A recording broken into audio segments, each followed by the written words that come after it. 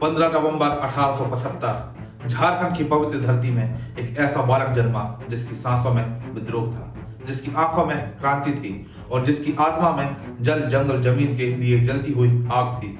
वह बालक आगे चलकर आदिवासियों का देवता बन गया, शोषण के खिलाफ सबसे बड़ा तूफान बन गया और भारत की स्वतंत्रता यात्रा का धधकता हुआ स्तंभ बन गया। वह थे धरती आबा भगवान बिरसा मुंडा। दोस्तों, पूरा भारत बिरसा मुंडा पर गर्व करता है, क्योंकि बिरसा मुंडा कोई साधारण नाम नहीं बल्कि अन्याय को चीर कर रख देने वाली आवाज है। उनका संघर्ष सिर्फ अंग्रेजों के खिलाफ नहीं था, बल्कि उस हर ताकत के खिलाफ था जो आदिवासी की जमीन छीनना चाहती थी, उस हर व्यवस्था के खिलाफ था जो समाज को डर और दमन से चलाना चाहती थी, और हर उस हाथ के खिलाफ था जो जंगल पर कब्जा करने के लिए आगे बढ़ता था। उनकी गर्जना थी, जंगल हमारा है, जमीन हमारी है और इसे छीनने का अधिकार किसी में नहीं है। उनकी यह आवाज सिर्फ एक समुदाय की नहीं, पूरे भारत की आत्मा की आवाज बन गई। भारतीय स्वतंत्रता संग्राम में उनका क्रांतिकारी योगदान था। उन्होंने सबसे पहले उल गुलाम का नारा दिया था। उल गुलाम वह तूफान जिसने ब्रिटिश हुकूमत की नींव हिला दी।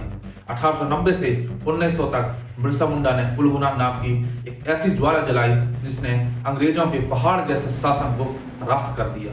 यह सिर्फ आंदोलन नहीं था, यह विद्रोह का विस्फोट था। जब उनकी आवाज जंगलों में गूंजती थी, हजारों आदिवासी हथियार नहीं बल्कि हिम्मत लेकर खड़े हो जाते थे।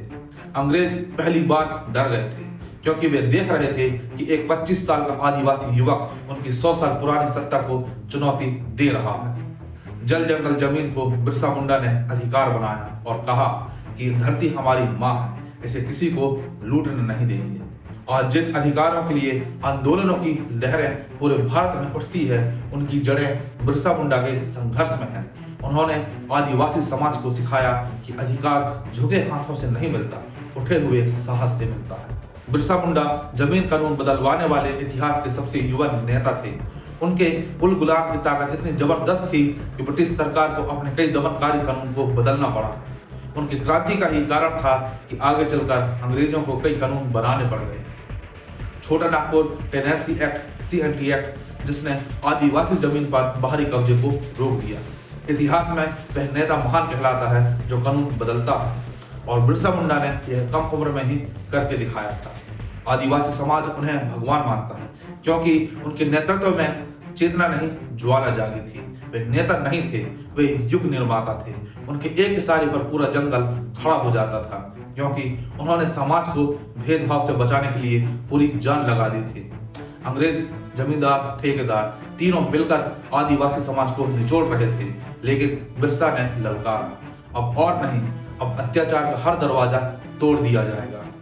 दोस्तों, ऐसा सुधारक ही समाज में देवता बनता है। सिर्फ 25 साल की उम्र में जेल में उनकी रहस्यमय परिस्थितियों में मौत हो गई, लेकिन मरकर भी वो जीवित रहे। उनकी क्रांति, उनका विचार, उनका साहस आज भी करोड़ों लोगों में ज्वाला की तरह जलता है। इतिहास के पन्नों पर उन्हें महानतम की कैटेगरी में रखा जाता है, क्योंकि वे अत्याचार से भिड़ने की हिम्मत रखते थे, शक्तिशाली दुश्मन से टकराने का साहस रखते थे, अपने लोगों के लिए जीवन न्यौछावर करते थे, अन्याय को पैरों तले कुचल देने का जज्बा रखते थे, और उस कम उम्र में क्रांति कर रहे जब लोग जीवन के रास्ते ही ढूंढ रहे होते हैं।